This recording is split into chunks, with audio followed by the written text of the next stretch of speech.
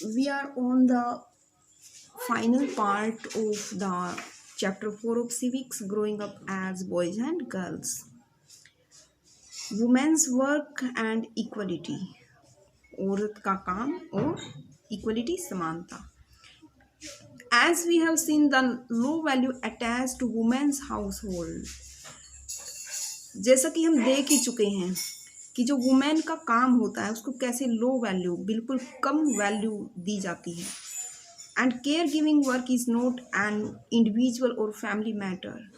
House hold और जो care giving काम है, मतलब कि घर का काम और जो देखभाल का काम होता है, ये सिर्फ एक इंडिविजुअल फैमिली की कहानी नहीं है, बल्कि ये सब परिवार की कहानी है. It is part of a large system of inequality between man and women. जो औरत और आदमी में जो असमानता है, ये उसी बहुत बड़े सिस्टम का एक हिस्सा है. It therefore has to be dealt with through actions, not just at the level of individual और the family, but also by the government. तो इसलिए इसको सिर्फ एक इकलौते परिवार की कहानी नहीं समझना चाहिए, बल्कि इसको एक एक्शन के थ्रू लेना चाहिए. इस पर मतलब कि कुछ सोचना चाहिए, कुछ काम इस पर करना चाहिए गवर्नमेंट के द्वारा. As we know now, equality is an important principle of our constitution. जैसा कि हम जानते हैं, जो समानता है वो हमारे संविधान का एक बहुत ही महत्वपूर्ण सिद्धांत है. The constitution says that being male or female should not become a reason for discrimination. हमारा संविधान कहता है कि जो औरतें और आदमी वो भेदभाव का कारण नहीं होना चाहिए. कहने का मतलब है कि दोनों बिल्कुल इक्वल है कानून की नज़र में. In reality inequality between the sexes exist. वास्तव में जो असमानता सेक्सेस मतलब कि और मेल और फीमेल के बीच जो असमानता एग्जिस्ट करती है, द गवर्नमेंट इन रियलिटी वास्तव में इन equality between the sexes exist. जो असमानता है वह सेक्सेस मतलब कि वो लिंग की वजह से है. बात वही है कि बॉयज़ और गर्ल्स में जो डिफरेंस है उसकी वजह से है. The government is therefore committed to understanding the reason for this.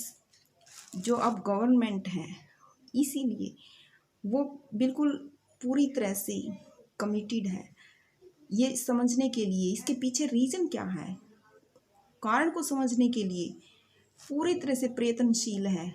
और इसके लिए पॉजिटिव स्टेप्स भी उठा रही है government to remedy the situation को सुधारने के लिए. फॉर एग्जाम्पल, जैसे कि it recognises that burden of child care and house work falls on women and girls. ये इट रिकॉग्नाइजेज दैट ये समझता है, मतलब कि गवर्नमेंट समझती है कि बर्डन ऑफ चाइल्ड केयर की बच्चों की देखभाल का जो बर्डन है और घर के काम का जो बर्डन है, fall on women and girls. ये औरतों पर या लड़कियों पर ही डाला जाता है ये burden. This naturally has an impact on whether girls can attend school.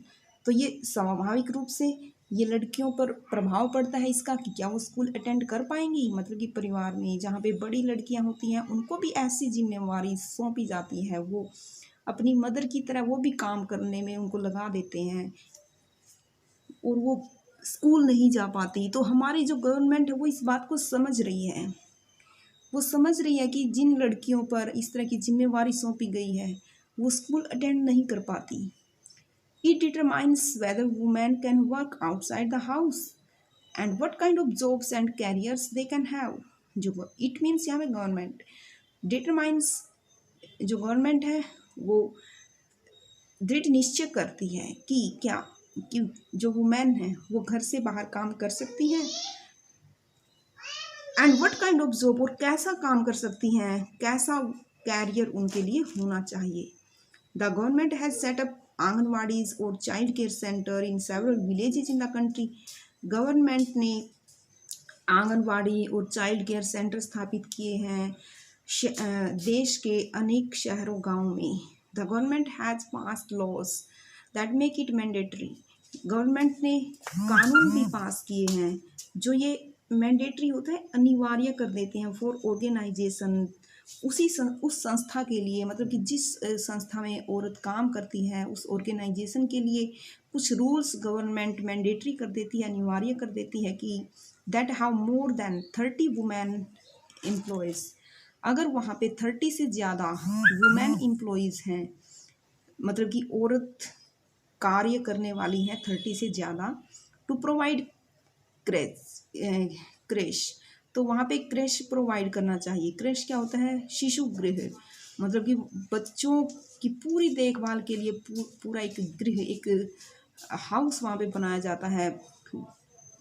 Crash facilities वहाँ पे प्रोवाइड की जानी चाहिए। The provision of creches helps many women to take up employment outside the home.